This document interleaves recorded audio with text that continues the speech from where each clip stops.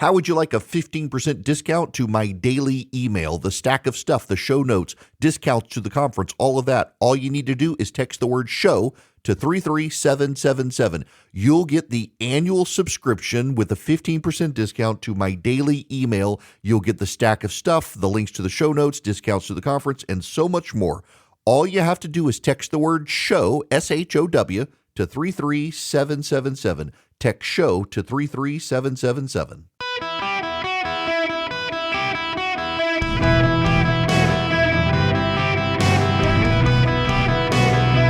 Welcome to the Eric Erickson Show podcast, Hour 1. Greetings, conversationalists. Welcome. It's Eric Erickson here across the nation. We are finally free of the Democratic National Convention. Now, before I get there, set up for you here. I can't take your phone calls today. Let me tell you what's going on here. I'm doing double duty today. So I'm doing my show with you guys and immediately pivoting and doing a children's healthcare fundraiser here in Jacksonville. I'm with WOKV down here, my affiliate in Jacksonville. They asked if I'd come down and help with their children's hospital fundraiser. So I'm in the hospital. They've got me very kindly. They've got me in a room where I can do the show here with you guys. I'm having some technical difficulties. One of them is phone calls. So I've got enough stuff you guys have emailed me about, and we have the speech last night and everything else. So just bear with me here. So Free for All Friday, we'll have some winding topics, but we won't have Open Line Friday. And all the way, by the way, I got to thank the hospital down here for their very generous hospitality for being able to find me a room in the middle of a fundraiser to be able to do this show. So thank you to them and to WOKV for making this happen. Now, let's talk about Kamala Harris's speech last night. You're going to get mad at me, some of you. You're going to send me hate mail. But just hear me out here. This was a speech devoid of substance. There was no policy in the speech. There were platitudes. It is not a policy to say, I want affordable housing. That's not a policy. That's a platitude. The policy is going to be how you're going to make affordable housing, and there was none of that. It was a substanceless speech. As a form of rhetoric and emotion, it was a very good substanceless speech. How about that? Don't be mad at me for saying that. It was a substanceless speech, and it was a good speech. You may not like it because you're a partisan, but just try to stand back. Just do a mind game with me, and some of you are too broken by partisan politics to be able to do this, and I realize that, and I'm playing with fire and risking your hate mail for doing so. But here's the issue. Kamala Harris is relatively unknown. People don't like her because she's tied to Joe Biden. They remember her in the past. They have a vague idea of her failed presidential campaign, but she's had a 4-week substanceless honeymoon from the press, giving her attaboys or attagirls for doing this, and her speech was biographical and aspirational. It was the hope and change speech, the joy speech, as the Democrats would refer to it. It was the optimistic new way forward speech. Pay no attention to the fact she's been there for 3.5 years. Pay no attention she could be doing this stuff now. Pay no attention to any of that. That's for the Republicans. This just pause, tangent, side note.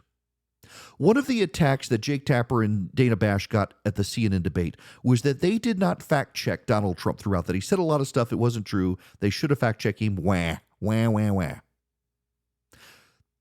Their point was, and they were right, that's Joe Biden's job, not their job. Donald Trump's job now is to litigate Kamala Harris's speech against her. Kamala Harris did a very good biographical speech. She talked about her childhood. She talked about her parents. She talked about her entryway into the civil rights movement. She talked about why she wanted to become a prosecutor. She played up being a tough on crime prosecutor.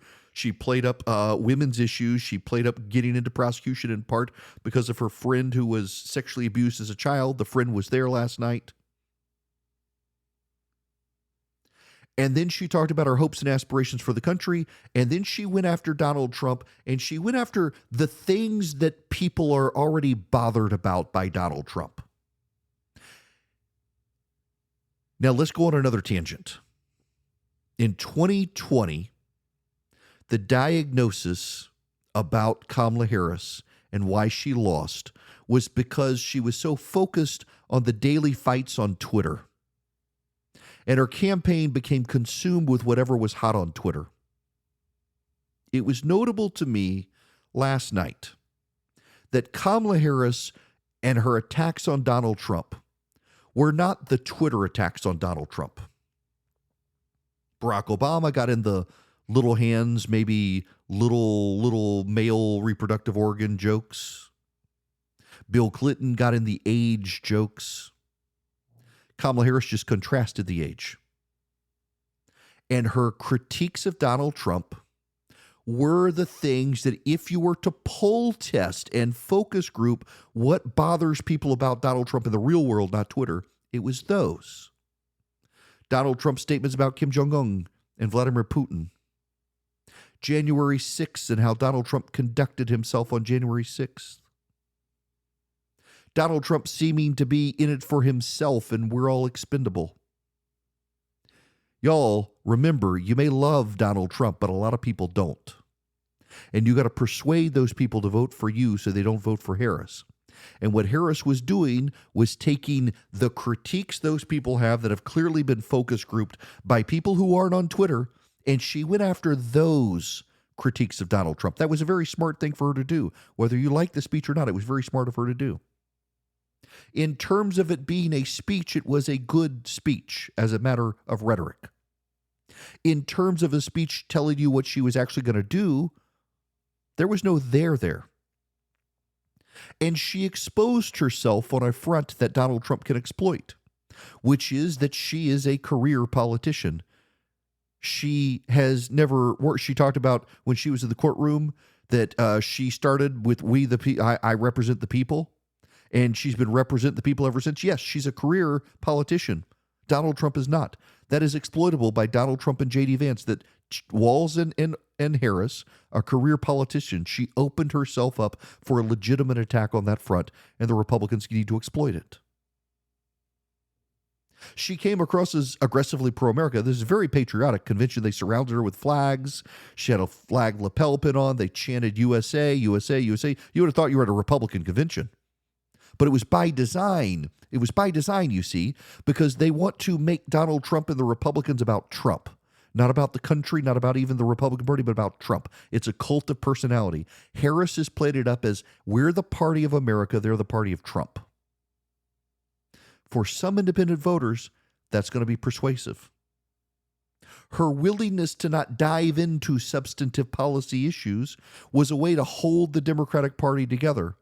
But also it was a way to not alienate independent voters. But it also opens her up to the Achilles heel of her entire candidacy. She's been there 3.5 years. She wrapped her arms around Joe Biden's legacy. It's not a popular legacy. And so while the speech was good and the speech did what it needed to do, the speech opened her up to serious attack because of it tying her so directly to Joe Biden and so unapologetically embracing his positions. That would the fatal flaw in the entire speech was that. The fatal flaw in her entire advance was that. And it's something that the GOP, if Donald Trump can exploit, if he can have the discipline, he can take advantage of it. So last night, Kamala Harris spoke. But during the day, Donald Trump was at the border. He was at the border, and he was there with families who have been affected by illegal aliens. He was there with a family that directly lost a child because of illegal immigrants.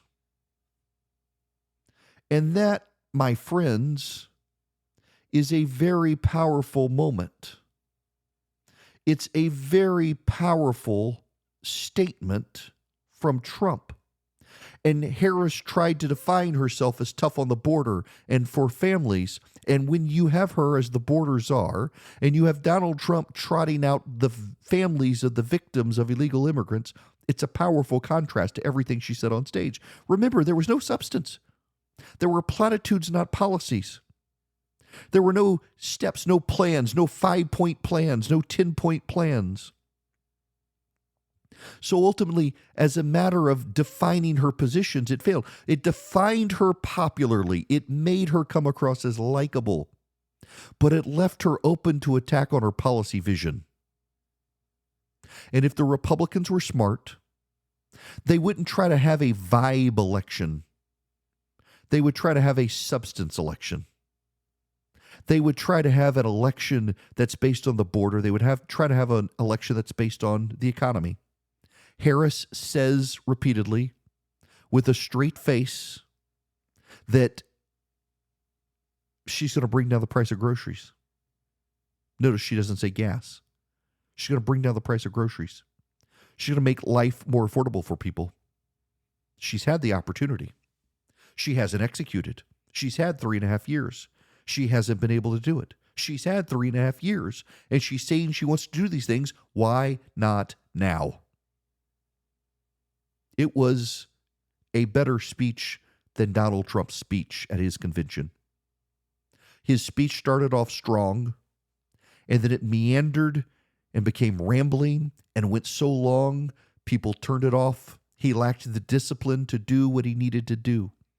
She was very disciplined last night. She went after Trump based on the weaknesses with independent voters, not angry people on Twitter.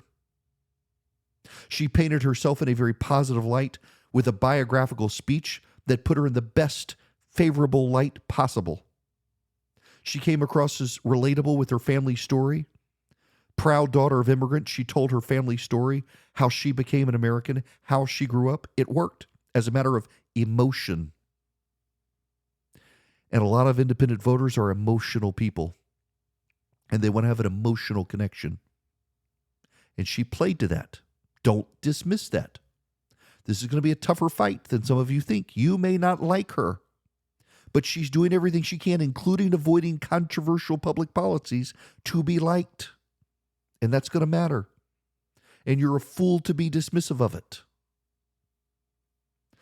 But Trump can define her as being light on policy and a defender of the status quo, because that's essentially what she set out to be. There's no going back. There's no going back. You know, a majority of Americans want to go back to Donald Trump's policies, and she just told them last night, we're not going back. So we're not going back to affordable groceries. We're not going back to affordable gas. We're not going back to a paycheck not eaten up with inflation. That's exactly where Donald Trump can go with this. Kamala Harris says we're not going back to that. We're not going back to the policies people want. Again, remember, a majority of Americans, they may not like Trump, but they liked his administration compared to the Biden-Harris administration. And her leading the crowd in a chant of we're not going back. We're not going backwards. That's something Trump can exploit if the campaign shows discipline in doing so. The Trump campaign, you should note, last night said it was a very substanceless speech. It was devoid of policy, intentionally filled with platitudes, and they're absolutely right. It was. But you know what? She didn't have to do that for a bunch of emotional, low-information voters to like her. And what she had to do last night was to come across as likable and relatable. And you may not like her, and you may not relate to her, but I do think that the speech worked in that regard. So if the Republicans want to turn it on her, they need to act very fast and point out that you don't know what she really stands for. You don't know what she wants to do as president. She gave you empty platitudes of things that she couldn't do in these last 3.5 years, so how is she going to do them in the next 4? There is a way to take what was a good speech and make it a very weak speech by undermining the points that this is a career politician who's been in public service her entire career and has no idea how to actually fix the country, and she's been there for 3.5 years. Do you really want her to be there another 4? And if Trump and his team execute on that, I think they undermine everything she did and kill any prospect of a campaign speech bounce. Welcome back from Jacksonville, Florida, down here doing a fundraiser for the local children's hospital with my affiliate, WOKV. Doing the show, then doing that long day of radio, and then I'll drive back to the airport and fly home late tonight. So prayers appreciated. Left my wife and son home, and my wife texted me this morning. She hadn't been feeling fantastic, just the chemo medicine side effects. So hate being gone, but this is for a good cause, and she understands. While Kamala Harris was making news last night, Donald Trump was making news as well. His tweet, "Thank you to Brian Kemp for all of your help and support in Georgia, where a win is so important to the success of our party and most importantly, our country. I look forward to working with you, your team, and all of my friends in Georgia to help make America great again." He put it on Twitter, not just Truth Social. I'm going to be very honest with you. My first reaction was, geez, what does this polling look like in Georgia to do that? But I think there's a larger issue here. Trump wants to do whatever it takes to win, and he's got to win Georgia. And he needs Brian Kemp's ground game in Georgia. I mentioned to you the other day, and it's a fact, that Kamala Harris has like 5 or 6 times as many operatives in Georgia as Trump, and all of hers are paid, and Donald Trump's are volunteers. That's not a way to win a campaign in Georgia. You need paid operatives to do it. She is running circles around him in just the state of Georgia, and it's not just Georgia, the other states as well. We'll get into this in the next hour. But he's got to have Brian Kemp's ground game. Brian Kemp has an operation in Georgia that can generate votes, and he didn't do a smart thing when he attacked him on stage. It hurt him. Even now, you've got Trump supporters out there still just last night saying that Brian Kemp needed to be locked up. There's going to have to be some unity here, and Donald Trump clearly shows he's willing to try to find some unity. And is it superficial? Yes, it's absolutely superficial. But does it need to happen? It needs to happen because he needs to win Georgia. If he wants to win, he needs to win Georgia. I assume he wants to win. So good for that. That's as close to an apology as Brian Kemp is ever going to get. Brian Kemp never asked for an apology, just told the president, leave me and my wife alone. This is Donald Trump admitting he made a mistake on stage in Georgia without admitting he made a mistake on stage in Georgia. So maybe everybody can move on. There are implications to this, and I'll spend some time on those implications in the next hour, making people mad, I'm sure. But this is good. It's a good thing that he did this. It made a lot of news. I got to tell you that I was not paying attention. I was getting ready for my trip today last night, and just buzz, buzz, buzz, buzz, buzz, buzz, just my phone started buzzing. I keep it on mute at all times, and it just started buzzing. I was like, good Lord, has a war broken out? Did Iran do it? No, Iran has done nothing, have they? Nope, it was that. Everybody asking questions.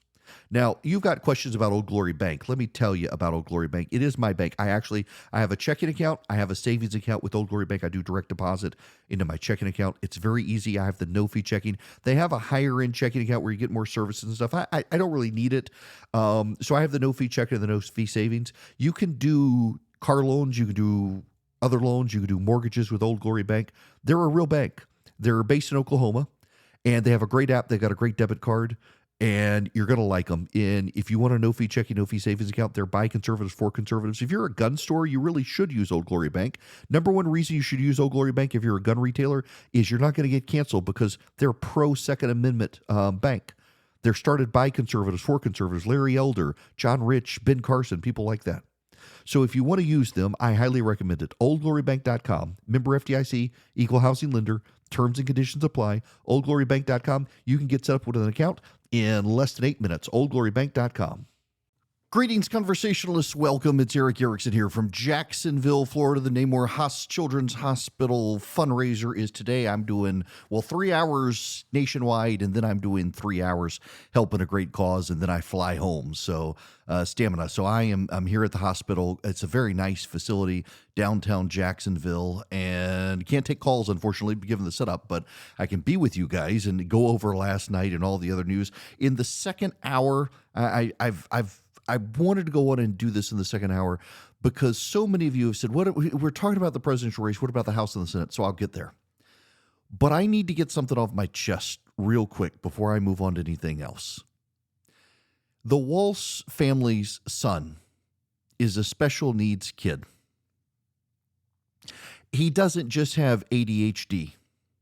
He also has a nonverbal learning disability. And for those of you who are just awful people who feel the need to say, well, that's not anything, I'm sorry, I can't help you, and I repent because the fires of hell are really hot. Leave the kid alone. Leave the kid alone. I am appalled by people on the right who are playing into the best caricature of the left. I don't know anything about the kid. I have all these people on the right who are suddenly experts in nonverbal learning disabilities who can tell me there's nothing wrong with the kid and he was cheering on the rioters in 2020. I don't care. He's not running for president of the United States. To the extent you are a horrible human being, you are talking about the son, you're talking about his dad jerking his hand on stage. Let's say, I just didn't think that was a good thing because I just thought it was a very angry maneuver. You don't know anything about the family. You didn't know who Tim Walz was 2 weeks ago. You had no idea who he was. You're suddenly an expert on him and his family. Screw you. I'm sorry. I got to get that off my chest. You're a horrible, horrible, horrible human being if you are attacking a special needs kid who's excited that his father is on stage as a vice presidential nominee for the United States. I don't care about his politics. I don't care. The kid has special needs. Now, if you didn't know, it's okay. It's okay. Listen, if you didn't know, but there are a lot of people who did. And if you didn't know, now you do know, and leave him alone. As a parent, I just have to say, as a parent who is blessed with two great kids, the fact that this family, he loves his parents love him. And you're going to sit there and you're going to see something on stage you don't understand, you process it and think, well, I don't like the way they did that. I think it was ridiculous. It looked like the kid was drunk. Y'all, come on. Be better people. Stop playing to the worst stereotypes. It's like, frankly, the MAGA activists in Georgia who last night, when Donald Trump is praising Brian Kemp and looking forward to working with him, they're like, well, he still needs to be in jail. He and the Attorney General, Chris Carr, they stole the election. He needs to be in jail. Y'all are horrible people. I want you to know that you're trying to get your side to lose. And you deserve to lose. Trump doesn't. You do. I mean, all of you together, good Lord, y'all belong together. But I got to tell you, just repent. Just repent. Okay, I can move on now. I've seen a number of derogatory comments by people I thought I respected on the right, dragging the kid or dragging his parents over how they handled the kid on stage last night. And I'm just like, y'all don't know. You don't have special needs kids. Just cut them. You can criticize them for what they say, how the mom and dad interact with each other. Just leave the kid alone. And gosh almighty, people are broken. Now, speaking of broken people, let's talk about Donald Trump.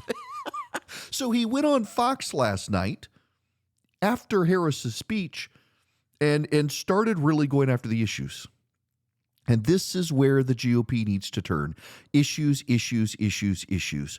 Forget her race, forget her looks, get her laugh.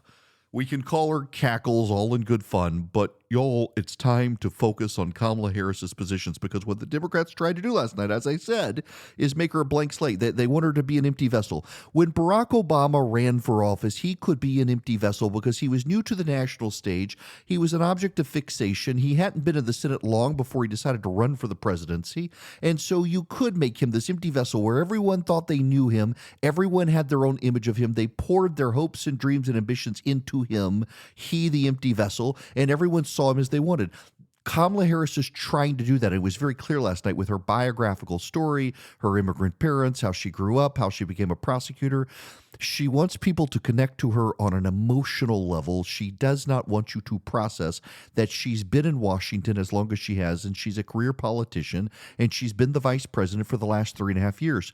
To the extent the Republicans win this campaign, it's going to be over reminding people she's not an empty vessel into which you can pour your hopes, dreams, and ambitions. She's an empty suit who's never carried a single policy position into law and who has done everything she can to wreck this country. She's not an empty vessel. She's an empty suit. She talks a great game. She actually is terrible on the field. And that's how the GOP needs to approach this. She wants to say she wants to secure the border and keep Americans safe. Well, then why hasn't she done it the last 3.5 years? She says she's going to bring down grocery prices. Why hasn't she done it in the last 3.5 years? And why was her first public policy position? Because again, as I said, all these reporters say, no, it was policy. No, it was platitudes. saying you want affordable housing isn't a policy statement. It's a platitude masquerading as a policy statement. There's no substance to it. It's just aspirational. Oh, I want a unicorn that farts rainbows to power America. That's a policy position according to the press. It's not a platitude. It's less than a platypus.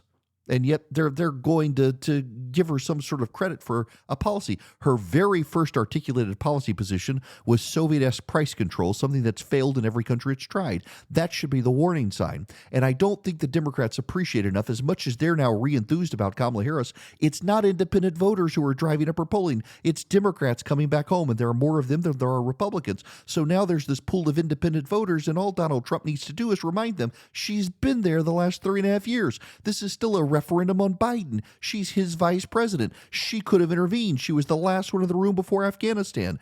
There is a path forward to victory here, so calm down about it. As much as I sometimes feel like I'm rooting for injuries on both sides because I find neither Trump nor Harris likable, I actually want him to win this fight because she's terrible. And that's something the Democrats don't appreciate. The number of people I know on the right who do not like Donald Trump, who were thinking of sitting it out, leaving the line blank, and they're like, I can't do that now. She actually is radically progressive. She was the most progressive member of the Senate. She wants to defund the police. She wants to shut down the Border Patrol. She wants to have open borders. These are her policy positions. And as much as the media is trying to tie Donald Trump to Project 2025, something he's rejected, they're trying to untie her from all of her positions, allowing anonymous staff to do it. Do not believe the anonymous staff. Believe it if Kamala Harris says it. But she hasn't. Kamala Harris hasn't stood on stage and walked back a single former position she held. And she tried last night to thread a needle very delicately to try to avoid the left being upset with her for walking back core positions. That was Kamala Harris last night. She tried very hard to avoid stating anything that could divide the Democratic Party. And that's your tell right there. This race is not going to be the way she wants, because she's going to have to stake out positions ultimately, because she's going to do debates with Donald Trump, and they are going to ask her for policy positions. And Donald Trump can ridicule her for her platitudes on stage, that it means nothing. He can get her trapped in her word salads. The race is on now. And to the extent Trump and the Republicans attack her, it needs to be on her lack of issues. It needs to be on the fact that her stated issues are bad. And don't let her walk it back. Listen, the press is on their side. I got to tell you, I've got a lot of friends in the media. I've got friends in the press.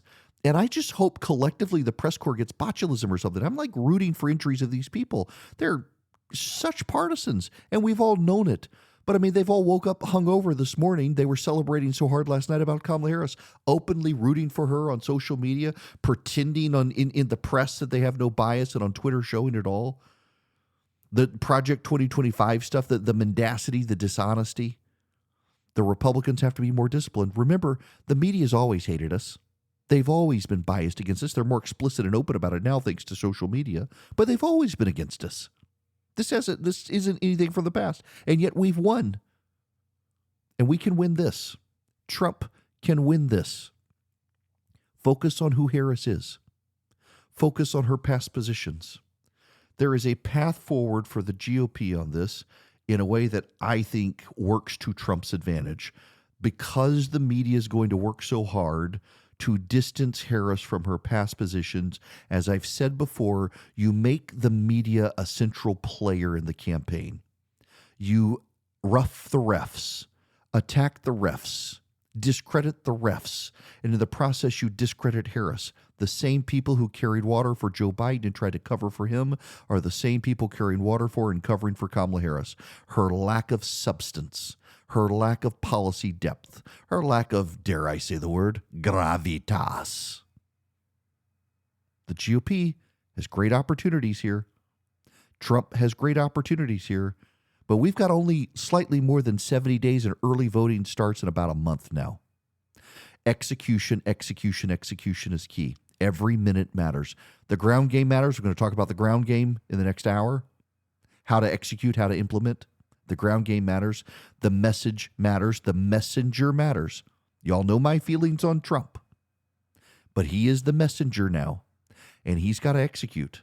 He's got to show more discipline on the campaign stage now than he showed in his campaign convention speech, because Kamala Harris did give a very disciplined campaign speech last night.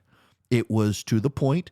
It avoided substance to create division with the Democrats. It was very biographical. It was very likable. Even if you don't like her, you should be willing to acknowledge objectively. She came across as a likable person with a likable family. You may hate her guts, but that's the way it's going to come off to independent voters who are ruled by emotion, not reason. So Trump needs to fill that emotion with disdain for her lack of substance. Trump needs to fill that emotion with rage for her being there for 4 years and having done nothing. Trump needs to replace the emotions she's trying to offer with actual substantive points about her failures as vice president and her progressivism as she was in the Senate, the most progressive member of the Senate. And he needs to fill the void with pointing out she's never worked in the private sector. She's been a careerist in government on the taxpayer dime all this time. She doesn't know how to create jobs in this country because she's never had to create jobs. She doesn't know how to get people back to work because she's never had to put people to work in the private sector. He has. He's built things. She's torn them down. He's generated tax revenue. She's taken it for her paycheck. The contrasts in this race are staggering when you think about it, and they're staggering enough. Donald Trump should be able to exploit these now, and he began last night on Fox News by going after her on inflation and the price of groceries and the border. Tie in all the other foreign policy issues and the like. You got a winning campaign for the Republicans if they can just stay on message and execute. And I personally think they're going to be able to do that. To the extent they can't, it's the extent to which they lose. Now, listen, I'm always expecting the Republicans to snatch defeat from the jaws of victory. But contrary to the spin from the press and the Democrats and what you may perceive as the polling right now, Kamala Harris is not a strong candidate. She never made it to Iowa in 2020. She's clearly learned some lessons from that by not being so hyper online in her arguments against Trump. But Trump actually has a winning message right now. It's the economy, stupid, and the border as well. So focus there. We got to move on to other things now. The phone, well, I can't take your phone calls. I'm sorry. That's just habit. Before I get out of here, though, let me tell you about Hillsdale College. So, okay, serious point here on Hillsdale. Tax-deductible donation if you go to ericforhillsdale.com, but they give you so much for free. Imprimis, I get it all the time in my mailbox. Yes, physical mail from Hillsdale College. I've gotten it since law school. It is show prep for your mind. It really does help you think more critically about issues. It's got great commentary from leading conservatives around the country. They also have the Hillsdale College Podcast Network, where you can actually get for free insightful conversations and commentary from leading minds of the right, including Dr. Larry Arnn, the president of Hillsdale College. You can also get free campus courses from Hillsdale on the Constitution and others. I, being a lawyer, actually, and loving constitutional law, learned a lot from Hillsdale's podcast commentary and their free courses on the Constitution. You can do all of that by going to ericforhillsdale.com. Sign up with Hillsdale College. Start a relationship. You can help fund their efforts. It's a tax-deductible donation, and you can start learning so much, so great. It's even, by the way, if you're taking the courses or subscribing to the podcast, great ways to educate your kids as they're in the car with you, listening to Larry Arnn and others from Hillsdale. So go to ericforhillsdale.com today. This hour of the program is brought to you by First Liberty Building and Loan. They are in Noonan, Georgia, but don't let that discourage you if you're in Sacramento or Hartford, Connecticut, or West Palm Beach. Wherever you are listening to me right now, First Liberty Building and Loan can help your business grow. If you're buying a building or building a building or you need a heavy equipment loan, they make their own lending decisions. Reach out to them, firstlibertyga.com. Firstlibertyga.com. My longest sponsor at the Frost family. They're fantastic. Firstlibertyga.com. You know, I mentioned yesterday the Navy is falling behind on building ships. Well, there's news today. Military Sealift Command has drafted a plan to remove the crews from 17 Navy support ships due to a lack of qualified mariners to operate the vessels across the Navy.